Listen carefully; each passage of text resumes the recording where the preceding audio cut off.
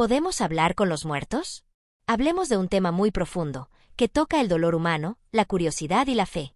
Muchas veces vemos en la sociedad prácticas que parecen totalmente inofensivas. Ir a un médium, jugar a la ouija o intentar hablar con un ser querido que ya falleció. Pensamos, bueno, esto no le hace daño a nadie, solo busco consuelo o respuestas. Sin embargo, hoy quiero dejarles una verdad bíblica muy clara y contundente. La Biblia prohíbe estrictamente hablar con los muertos o pedirles favores, porque un ser humano que ya falleció no nos puede escuchar. La búsqueda espiritual legítima debe dirigirse únicamente a Dios. Permítanme explicarles lo que dicen las Escrituras a través de estos puntos fundamentales. Primero, la prohibición es radical. La Biblia no deja espacio a las dudas. Tanto en el Antiguo como en el Nuevo Testamento, Dios nos advierte que buscar el contacto con el más allá nos aleja de Él y nos pone en peligro espiritual. En el Antiguo Testamento, Deuteronomio 18:10 al 12 dice: No sea hallado en ti quien haga pasar a su hijo o a su hija por el fuego, ni quien practique la adivinación, ni agorero, ni sortílego, ni hechicero, ni encantador, ni quien pregunte espíritus, ni mago, ni quien consulte a los muertos. Porque es abominación para con Jehová cualquiera que hace estas cosas. También en el Antiguo Testamento, Isaías 8:19 nos confronta con una lógica aplastante. ¿No consultará el pueblo a su Dios? ¿A los muertos por los vivos? Segundo, el caso de Saúl y Samuel, un acto de juicio, no de aprobación. Sé que muchos pensarán, ¿pero qué pasa con la historia del rey Saúl y la adivina de Ende en 1 de Samuel 28? Ese es uno de los pasajes más difíciles de la Biblia, pero su explicación no aprueba el espiritismo. Al contrario, lo condena. Allí, Saúl, desesperado porque Dios ya no le hablaba, fue a buscar a una adivina para invocar al fallecido profeta Samuel. El texto dice que la adivina se asustó terriblemente. Muchos creen que esto ocurrió porque Dios intervino soberanamente para permitir la aparición de Samuel como un acto de juicio contra Saúl. Samuel apareció para anunciarle su sentencia de muerte, diciéndole: ¿Y para qué me preguntas a mí, si Jehová se ha apartado de ti? Mañana estaréis conmigo, tú y tus hijos. Ahora bien, cuando Samuel dice, mañana estaréis conmigo, eso no necesariamente significa que Saúl iría al cielo. En el contexto del Antiguo Testamento, muchas veces se hablaba del estado de los muertos en general.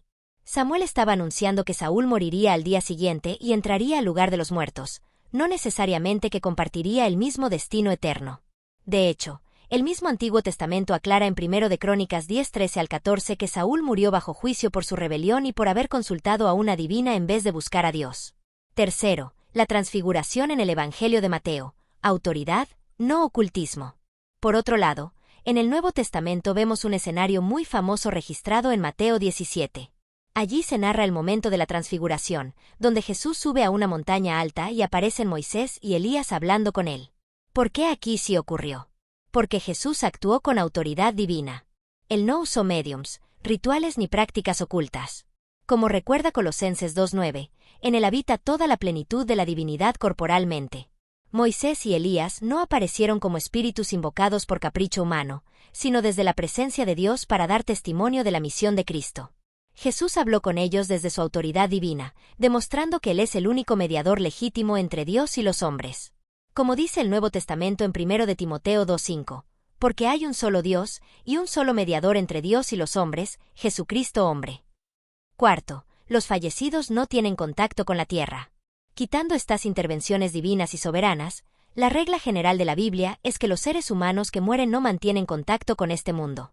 El Antiguo Testamento lo expresa en Eclesiastés 9:5 al 6, porque los que viven saben que han de morir, pero los muertos nada saben.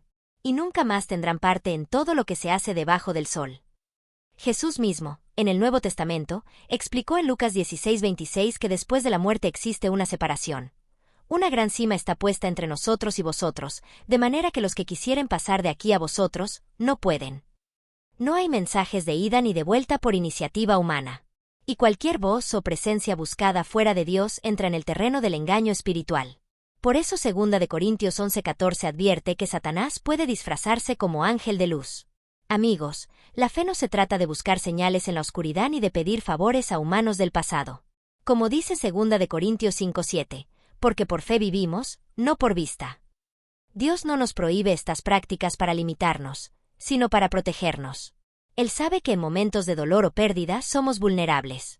Si necesitas consuelo, respuestas para tu futuro o protección, no mires hacia lo oculto. Eleva tus ojos al cielo. Háblale directamente al Creador a través de Jesús, porque Él es el único que escucha y el único con autoridad legítima sobre la vida y la eternidad. Y si alguien sueña con un ser querido que ya partió, no debe asustarse ni pensar automáticamente que está rompiendo las reglas de Dios. Muchas veces los sueños forman parte del proceso emocional del duelo y de la memoria humana. El peligro bíblico real radica en intentar buscar o provocar conscientemente esa comunicación mediante prácticas ocultas. De igual manera, recordar con cariño a quienes fallecieron, visitar su tumba, llevar flores o conservar recuerdos no es lo mismo que practicar espiritismo. El problema bíblico comienza cuando alguien intenta invocarlos, pedirles ayuda espiritual o buscar contacto sobrenatural mediante prácticas ocultas. Como creyentes, ponemos el destino eterno de cada persona en las manos de Dios y confiamos en su justicia y misericordia. Nuestro consuelo no está en intentar hablar con los muertos, sino en la esperanza y la fe en Dios. A veces, por tradición o costumbre, las personas dirigen sus oraciones, rezos y peticiones de ayuda a seres humanos del pasado que llevaron vidas admirables. Pero la Biblia nos invita a reflexionar.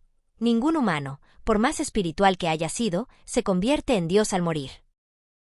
No pueden escucharnos, no están en todas partes y no tienen el poder de conceder milagros y tampoco puede ser mediador entre hombre y Dios.